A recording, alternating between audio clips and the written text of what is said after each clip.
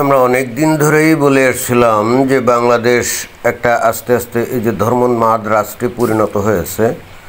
বাংলাদেশের মানুষগুলো এখন আর ধর্মপ্রাণ নাই, ধর্মোন্মাদ হয়ে গেছে।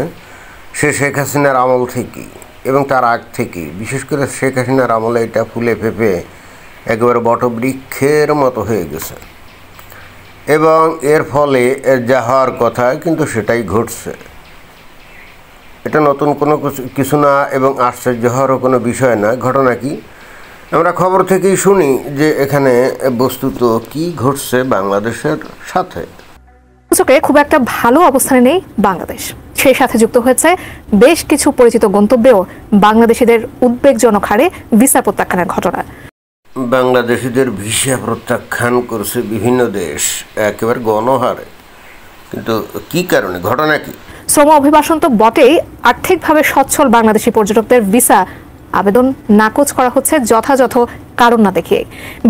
কারণ তো অবশ্যই আছে, তা না হলে কি আর ভিসা প্রত্যাখ্যান করে? কিন্তু ওরা হয়তো ভদ্রতার খাতিরে কারণটা দেখায় না, এটাই আর কি। বিদেশ গমনে হঠাৎ কেন এই পরিস্থিতি, বিস্তারিত জানাচ্ছেন ইমতিয়াজ আলম। এইটা আসলে হঠাৎ না, বাংলাদেশে যা চলছিল বিগত কয়েক বছর না কয়েক দশক ধরে, তাতে করে এটাই হওয়ার কথা ছিল। কিন্তু এত দেরি করছে, মানে পৃথিবীর বিভিন্ন দেশ যে এতটা দেরি করছে এটাই আমরা আশ্চর্য হয়েছি। কিন্তু অবশেষে ঘটনা ঘটছে, তো তারপরে দেখি কি তদন্ত প্রতিবেদনে কি বলে। পূর্ব এশিয়া থেকে শুরু করে উপসাগরীয় অঞ্চল, পূর্ব ইউরোপ, এমনকি প্রতিবেশী ভারত পর্যন্ত বিস্তৃত হয়েছে এই বিধিনিষেধ। সম্প্রতি 50টিরও বেশি দেশে ভ্রমণ করা নাদির অন দ্য গো নামে পরিচিত বাংলাদেশের একজন প্রখ্যাত পর্যটক নাদির নিপ্রাস মধ্য এশিয়ার দেশ তাজিকিস্তানে ভিসার আবেদন করে প্রত্যাখ্যাত হন। ঘটনাটা সত্য ও ব্যাপকভাবে প্রচারিত। বিভিন্ন ট্যুর অপারেটর, পররাষ্ট্র মন্ত্রণালয়ের কর্মকর্তা ও ভ্রমণকারীদের তথ্য মতে অন্তত 1 ডজন দেশ বাংলাদেশিদের ভিসা দেওয়া পুরোপুরি বন্ধ করে দিয়েছে অথবা উদ্বেগজনক হারে আবেদন প্রত্যাখ্যান করছে। 1 ডজন কেন, আরও বেশি দেশ মনে হয় এই কাজটা করছে। বাংলাদেশিরা এখন সব জায়গায় অস্তুত হয়ে গেছে, কেউ তাদের আর ওয়েলকাম জানাতে রাজি না। কিন্তু কারণটা কি? হঠাৎ করে পৃথিবীর বিভিন্ন দেশ এরকমভাবে বাংলাদেশিদের উপরে ক্ষিপ্ত হয়ে গেল, এত অপছন্দ করা শুরু করলো। অথচ ডক্টর মোহাম্মদ ইউনূস যখন ক্ষমতায় আসছিলেন, আমরা কিন্তু আশায় বুক বেঁধেছিলাম যে তার মতো একটা বিশ্বখ্যাত এবং মর্যাদাশীল ব্যক্তি যদি বাংলাদেশের ক্ষমতায় বসে, এবং বসে যখন গেল তখন আমরা তো এটাই ভাবছিলাম যে এইবার বাংলাদেশিদের বাইরের দেশে যাওয়া কোনো বিষয় না।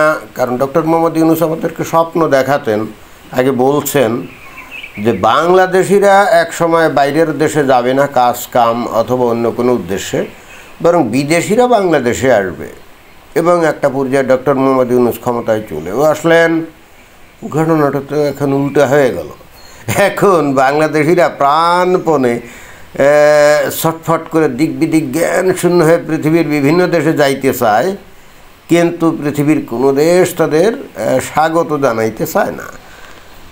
প্রশ্ন হচ্ছে যে হঠাৎ এই ধরনের ঘটনা কেন শুরু হলো? দেখি আর একটু খবর শোনা যায়। সব দেশ বাংলাদেশিদের ভিসা দেওয়া পুরোপুরি বন্ধ করে দিয়েছে। সেগুলোর মধ্যে রয়েছে ভিয়েতনাম, লাওস, মিশর, উজবেকিস্তান ও কাজাখস্তান। চিন্তা করা যায়, ভিয়েতনাম এবং লাওস এই দেশ দুটা কিন্তু বাংলাদেশের থেকে উন্নত না। বিশেষ করে ভিয়েতনাম এবং লাওস কিছুকাল আগেও কিন্তু এই সমস্ত দেশের লোকজন খেয়ে না খেয়ে থাকতো।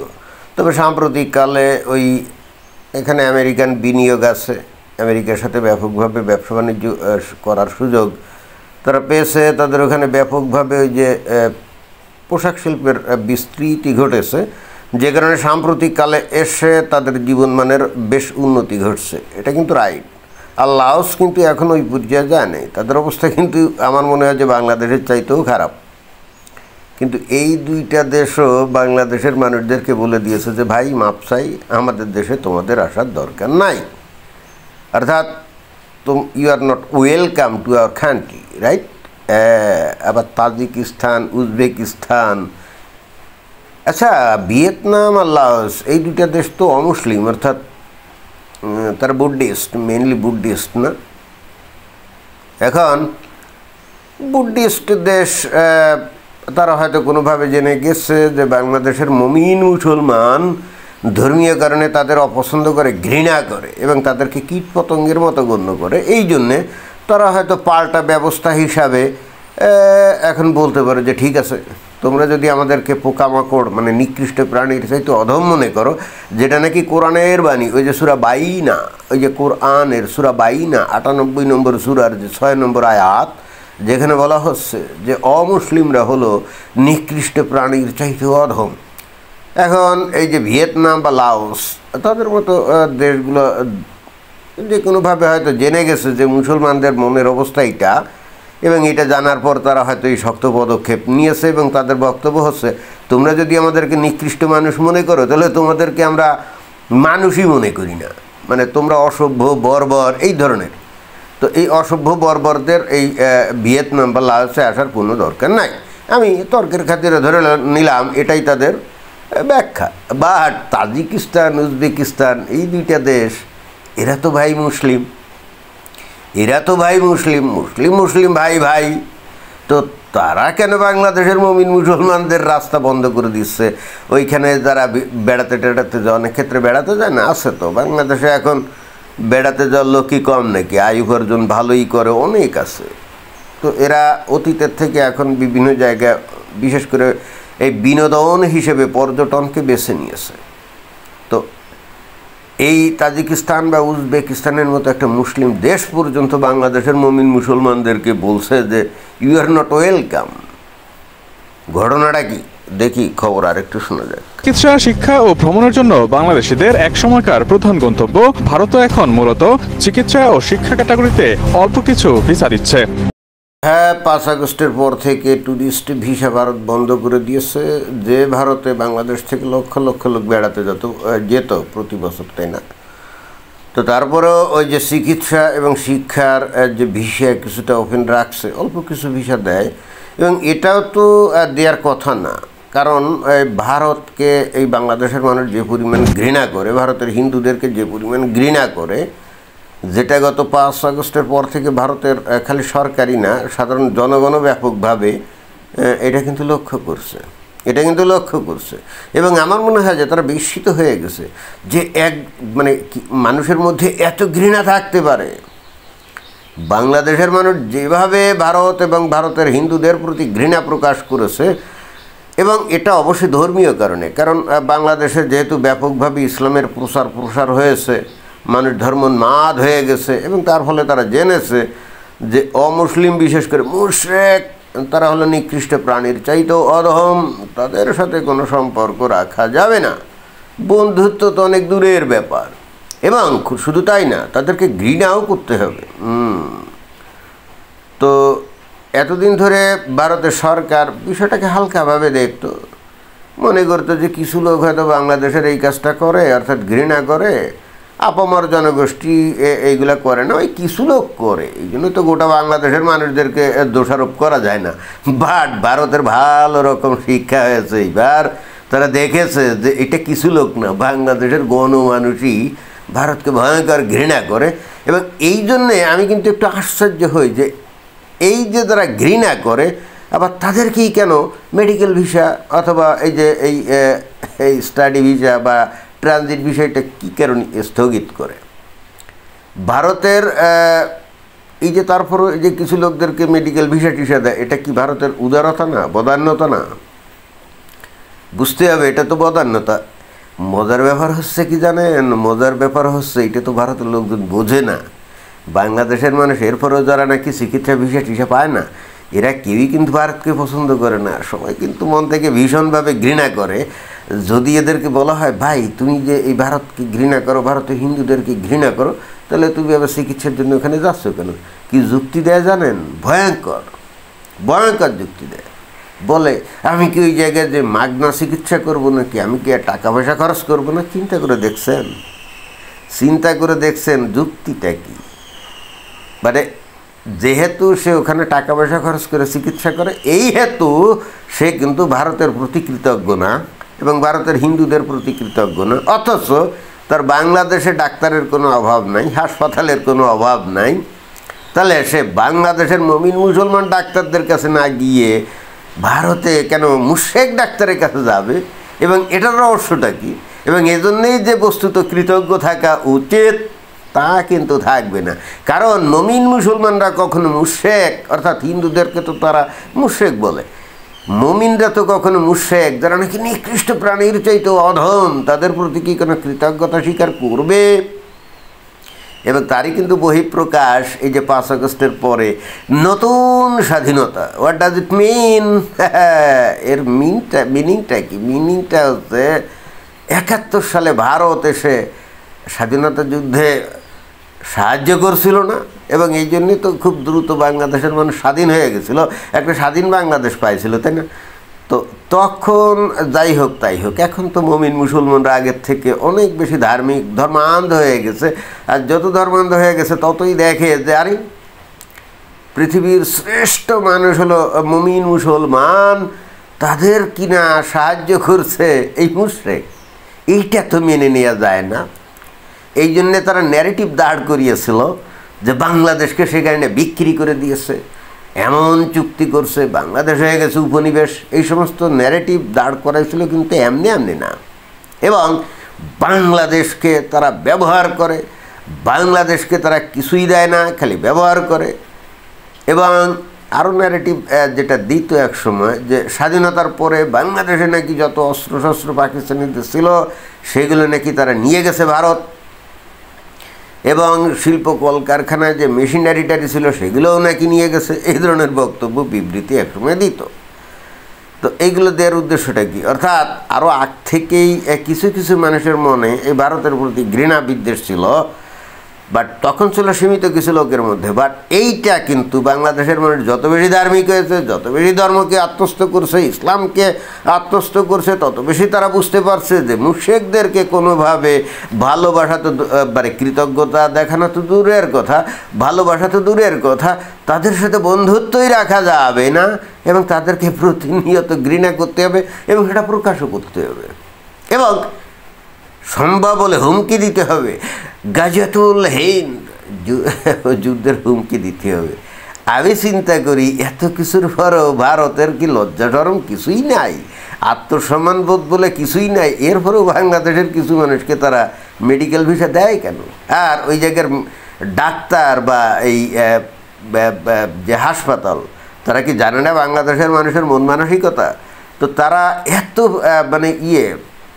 মানে টাকার ব্যাপারে তারা এত মানে শেষড়া হয়ে গেছে যে এর এত কিছু জানার পরেও এই বাংলাদেশ থেকে যা রোগীদের চিকিৎসা দেয়, তাদের তো আসলে বয়কট করা উচিত। তারা জানে না যে বাংলাদেশের লোকজন ভারতের পণ্য বয়কট করছে? তা ভাই আপনাদের চিকিৎসা এটাও তো ভাই একটা পণ্য, সার্ভিস পণ্য, তাই না? Service goods. তো বাংলাদেশের যে মানুষ ভারতকে বয়কট করছে, ভারতের পণ্যকে বয়কট করছে, আপনাদের কি মান ইজ্জত সম্মান আত্মসম্মান কি কিছুই নাই? আপনারা তো বলতে পারেন যে বেটা তোরা আমাদের বয়কট করছিস, আমরা তোদেরকে বয়কট করলাম।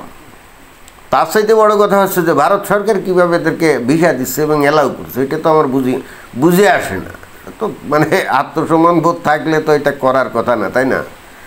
ওই বাংলাদেশ সরকারের তরফ থেকে বা অমুকের তরফ থেকে যতই মিষ্টি মধুর কথা বলক, না না না এটা কিছু মানুষের ব্যক্তিগত বিষয়, এটা মোটেও কিছু মানুষের ব্যক্তিগত বিষয় না। এটা ভারতের লোকজন বুঝছে, সরকার মনে হয় বুঝছে, কিন্তু তারপরে শক্ত পদক্ষেপ কেন নিচ্ছে না?